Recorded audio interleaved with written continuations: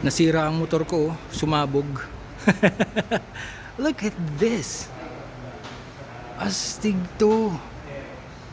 Siguro ito yung isa sa mga sumemplang na 410k. 400NK ba to? Or 650NK? Look at this. It's a work of art. Man, look at it. It's the exploded view of the NK. I don't know if this was 400 or is it 400? It is the 400 NK. Yun, no, kita nyo yun. That's the engine right there. That's the frame right there. Dito pala masarap mag-aral ng pagbabaklas ng makina eh. Makikita mo yung mga yung pala yung loob na, no? Yung dinudukot-dukot ko lang, putik. So this is the shock. It's still swinging. This is of course the underbelly exhaust, the tail section, the light assembly, the wheel assembly, Adreno Sport from CST. That's the seat. Kailangan ko ng bagong upuan. Kunin ko na lang kaya yan. That's the tank. Teka muna. Baka ito yung motor ko dati na nag-change unit ako. Hindi, joke lang. Ayan pala yung frame nyo. Pwede bang tumapak dito para ma-inspect? Frame.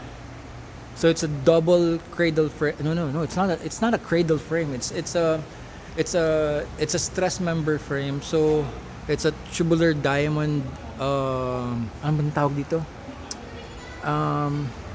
It's not a trellis frame, but it's not a cradle frame.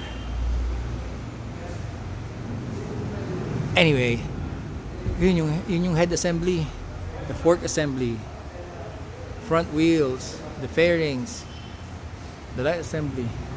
Ito yung ilalim niya. Okay, hindi pala siya naka full weld yung ano, yung head. Okay.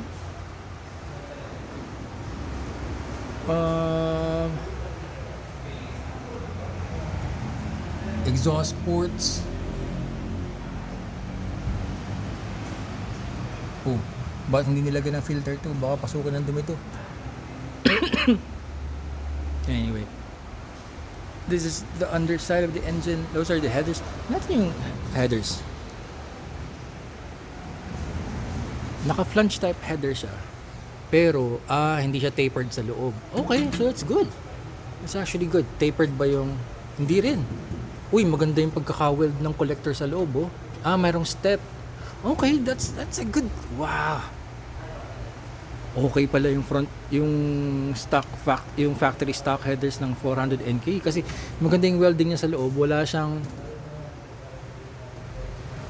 Hindi siya tapered. Okay siya. Tapos dito, meron siyang step. Maganda yung... Nice. Okay pala to. Paano ko ba tatanggalin to dito? Paano ko to iuwi? Saan ko man gagamitin to, di ba? Okay, so that's the bottom bracket. Wow, this is nice. This is super nice right there. The exploded view of the 400NK. Dapat gumawa pala sila ng sa iba pang mga motor. So actually dito mo makikita na yung quality ng pagkakagawa ng 400NK. The welds are good. Although I was expecting na yung under the head assembly is full weld. Hindi. Shroud lang pala siya. Okay. So naka full weld yung taas. Oh, that's fine. It's very good. So dito ka magkakaroon ng idea kung paano ka magko-convert. Like halimbawa, gusto mo i-convert into a cafe racer, kailangan mong putulin yung tail section. Dito mo makikita ko sa magpuputol. May double bracket siya dun. Kasi dahil nung ano, ito yung sa upuan, tas ito yung sa ano, kinakausap ko na lang sarili ko. Okay, kaya pala siya mabigat. At saka ito, napaka-beefy ng kanyang center pillars, main pillar. Buti na lang nakita ko to, paalis na dapat ako eh. Nice, this is good. Nice work, Motostrada. This is really nice. This is really good. I mean, kung meron akong maraming pera at malaking bahay, gagawin ko to sa isa sa mga motor ko. Yung hindi ko na pinapatakbo. babaklabaklasin ko rin, tapos isasabit ko rin sa dingding. Ipapa-frame ko pa.